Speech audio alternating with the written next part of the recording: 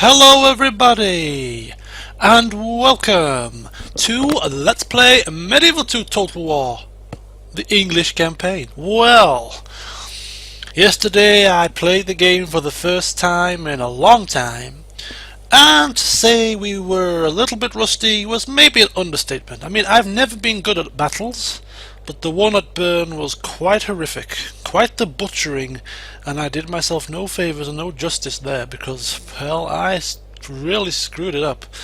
But anyway, enough of my failings as a commander. We eliminated the French, and that was our main goal, and to some end that goal is complete. So, why am I not playing the game now? Why am I talking about just these things right now? I am updating this game today. It's going to be a single update, although by the time you see it, it will all be part of a long list of 6, including yesterday's updates, to set out the future few parts of this game. Now, you know I like to give you the opportunity where possible to shape the campaign. We've had the past crusades. Remember back in the time when we were a little bit stuck and we were really getting attacked from all angles, attacked from the French, and everything was going up in smoke. I got a bit frustrated when I started getting attacked from Milan as well because of King Lawrence's blunder in the water. Things like that, where you can help me. I like to take on board what you say and let this be as interactive as possible. So it's gonna be kind of an update to that effect. Now, as you will probably know if you've been following this Let's Play, one turn is set as 6 months, and if we go to the game rankings here, we can see we have a whopping 790 turns left. That's a hell of a lot of turns. So, my current situation and my current thinking are behind the next few parts. When I say few parts, I'm talking maybe between sort of 20 to 30, 40 turns. Maybe the next 6, 7 or 8 parts of the Let's Play. I really am thinking of taking the pace down of the game a little bit and starting to maybe just widen our explorations. Do you want to just see me rampaging through people's lands, sending army after army, capture settlement, another army, capture settlement, storming through the game at a ridiculous pace? Maybe you do, I don't know, but I feel as if we need to explore some more avenues. Let's make the game that little bit more interesting. And my first thing I'm gonna do, hopefully, now we have destroyed our arch enemies, I'm thinking of getting this ceasefire with the Pope, this reconciliation. Let us get back into the good books and hopefully prevent a crusade against us. Now, if I have to be creative to do that, give the Pope a backhander, here's 2,000, 3,000 florins for your coffers, your holiness, take that, and I'm sure God would smile down upon us once again, wink wink. Give it a whirl. If his Popeness wants a couple of our lands and some cash, I might be open to give him some of our less lucrative lands. How about Dublin and Carnarvon or something like that? Give him a couple of lands, sweeten the deal, just to get a bit of reconciliation. Yes, we lose lands, we'll probably lose income as well, but it's just a bit of something different, maybe something that could be feasible in these times. You've just eliminated your rivals, and to prevent all your hard work coming crashing down with a crusade, you're going to make some sacrifices.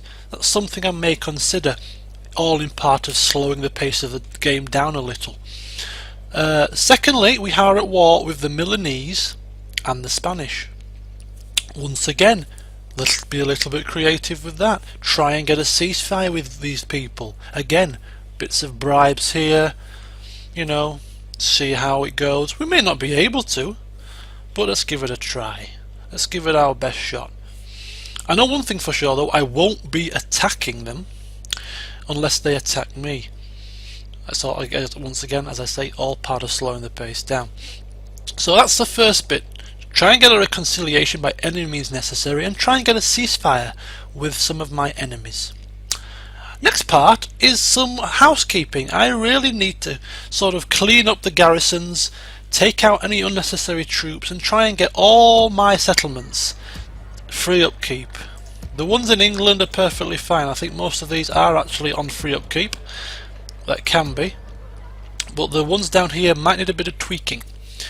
And also in the castles, if there's any unnecessary troops, like in Angers, there's a lot of troops there. I'm going to consider taking the troops out of the settlements. Also in Paris, there's quite a few there. I mean, these are all not free upkeep.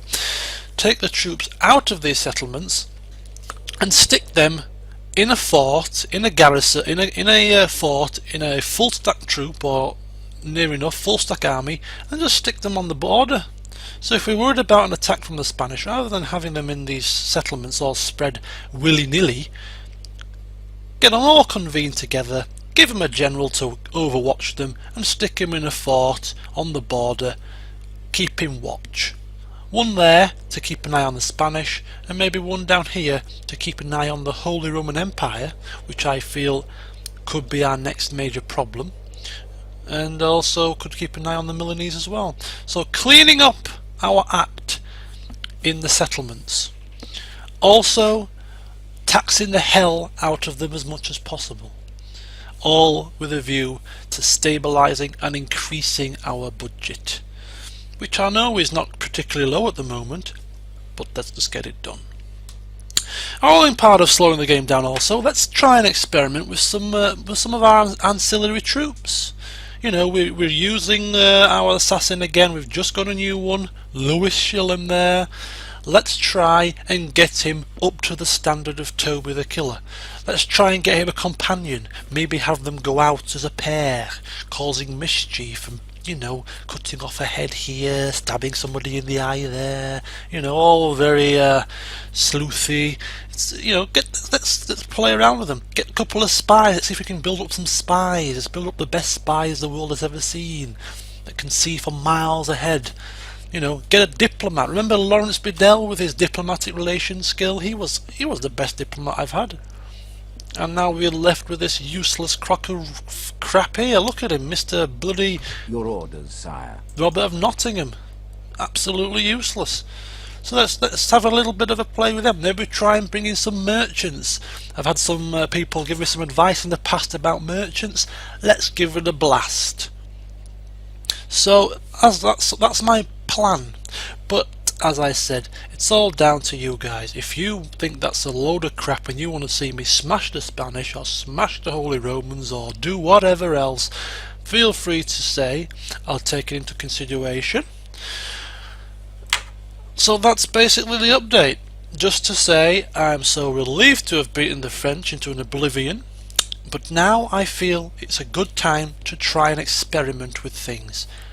Getting this reconciliation, a bit of bribing maybe to get that, try and get some ceasefires and enjoy a time of peace for the time being. Slow the pace down and enjoy the finer nuances of the game. Let's get those diplomats working. Let's get those spies and more particularly those assassins up to speed. Let's get those garrisons in the settlements trimmed down and let's maximise our profit. And let's get a couple of forts out there, a couple of armies overwatching the situation on our borders, ready for attack, so that we can then be confident that we are ready for any eventuality. So that's my plan, that's my aim, and if you've got anything to say on that or any advice whatsoever, then as you know, feel free to post a comment on the page. Welcome back folks to Medieval 2 Total War. The next update will only be 3 days away. I'll see you soon.